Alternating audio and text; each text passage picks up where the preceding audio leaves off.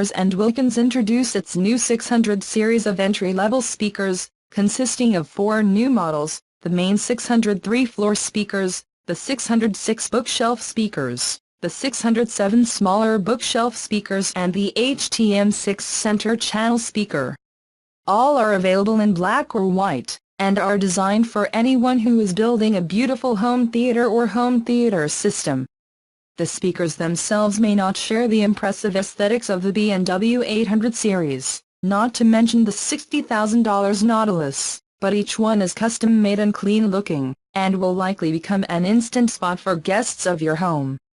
As for sound, Bowers & Wilkins is known for making beautiful audiophile-grade speakers, and the 600 series complies with that.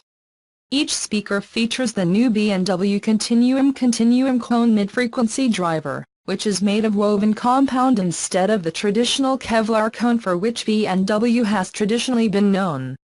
And each loudspeaker has an updated version of the B W double-decoupled dome tweeter for more precise high and low frequencies. The smallest 607 speaker rack is the only speaker in the 600 series without this uncoupled double dome tweeter. And then, going to the bigger speakers, obviously you'll get better woofers and tweeters.